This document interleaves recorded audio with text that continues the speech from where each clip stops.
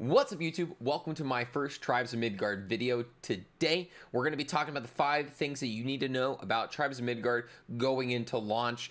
These things will also be applicable post-launch as well, so don't think that this information is anything that is going to be different from what we're going to find out here soon as well. And know that this is pretty exciting, that this game has so much potential in these top 5 different things. You can catch me over here on YouTube for all the wonderful content for Tribes of Midgard. We're going to be doing videos over classes, kind of exploring the worlds, the difference between Saga and Survival. Catch me on Twitch playing this as well. We're going to be playing this with a lot of different friendos like Epic Energy, Chadley99, Moxie, BZK, so on and so forth. A lot of great creators going here forward. We're going to be doing this in Saga, doing it in the Survival, the longer modes as well. And then obviously find me over on Twitter, twitter.com/Roman7 for some super subpar memes and updates on the channel. Now, let's dive right into this top 5. At number 5, the one thing I want you to know is character unlocks. All the characters will be unlockable during the Saga mode event.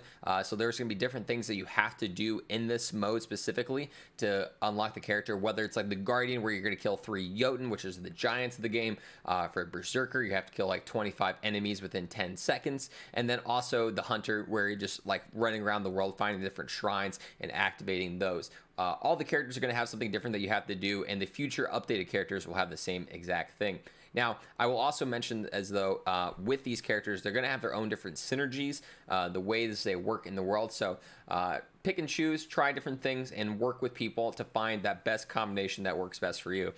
I'm immediately thinking the Guardian plus a Seer to help heal me up will be a really great one, so I'm able to tank and taunt enemies while getting that plenty of healing. At number 4, we had dedicated servers for the game. Yes, dedicated servers. This has always been a big thing, I would say, whether it's in something like Rust and Minecraft, stuff like that, where there's different server-based worlds. And a lot of times there's like a host-based one, which tends to kind of upset people, or you have to pay for servers or stuff like that. While Tribes of Midgard is not only going to be dedicated servers, but it's going to be free servers as well. So the way that they're mainly going to be paying for that is through the cosmetic shop. We'll talk a little bit about that here in a second. But essentially, again, servers will be dedicated and be free for you to do. And within those servers, you're going to be able to change parameters. So whenever you're in that survival mode, you can change it, make it hard as you want, make it as easy as you want, make the world big, make it small, whatever works best for you, you should do that. At number 3, we have the difference between the Saga and Survival mode. So for the Saga mode, it's going to be those shorter, a lot more digestible rounds where you're going to not only be going through the world to unlock things, whether it's characters or getting different materials, but it's also going to be what has that Saga quest for that seasonal boss. Now, we'll talk a little bit more about that seasonal quest here in a moment, but know, again, that this is going to be more that quick and dirty way to unlock things and way to just get some quick rounds in with your friends. Instead of the Survival mode, on the other hand, which is going to be those longer sessions. You're going to be able to control the parameters for this, make it as hard as you want, make it as easy as you want, unlike the Saga mode, which is going to scale depending on how many people you have. So if you have a full 10 people, the world's going to be pretty difficult, versus where if you just play by yourself, it's going to be a lot easier.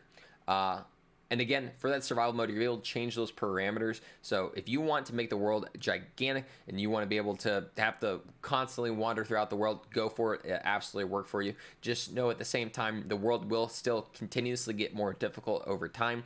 And it's infinite. You can do as many days as you want. So if you get to day 1,000, congratulations, you're probably a little bit dead inside at this point because the game was so hard. Or you can go just around to day 10, something quick and simple. If you guys want to change up your characters, you can reset your world and try again. At number 2, we have the rune and item system. Now, for the runes specifically, these are going to be essentially, if you're kind of like someone like me who's played Borderlands, it's going to be kind of like anointments in a way. It's going to add that extra little oomph to your character that's not within their own skill tree. So we've gotten examples like chain lightning.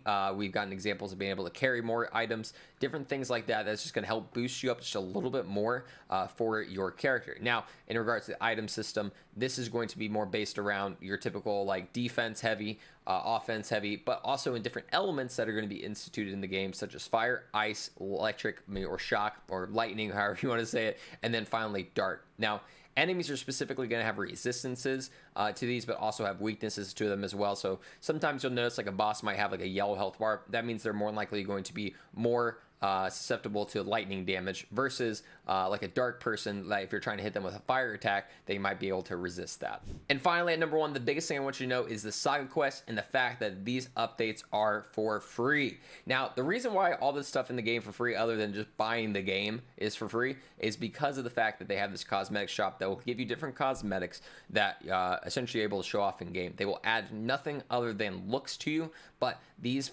cosmetics will essentially pay for these dedicated servers, pay for these future updates for the game. I am so excited, and I definitely am telling you guys, make sure you're trying to get some of these cosmetics. I bet there's gonna be some really cool stuff in there, but note that is essentially helping push along the game, making sure your game's able to run smoother and also able to get these awesome updates. Now, we start off July 27th with the Saga the Wolf quest. We're essentially going to have one big boss that we're going to be able to fight at the end of that. I think it's going to be Fenrir, a giant Norse wolf, because just different little teasers that we've gotten throughout it, whether it's the specific armor set, the small little pet that we're going to get.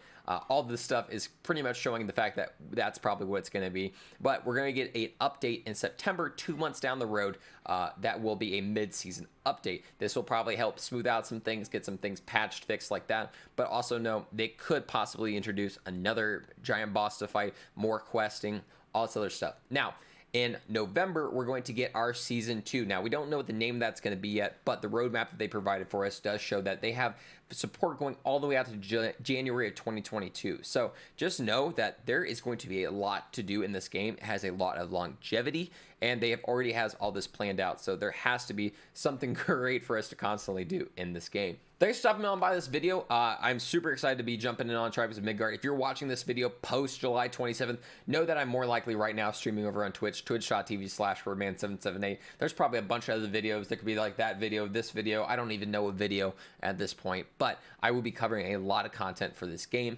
And also make sure you're checking out my Twitter, twitter.com/birdman778. I'll be picking out people, us doing different giveaways, stuff like that. So make sure you're stopping on by. On July 27th itself, I am having a subathon. We're going to be giving away 3 different copies of Tribes of Midgard. So make sure you're stopping on by for that. Thank you so much. Hope you have a great night, day, whatever it may be.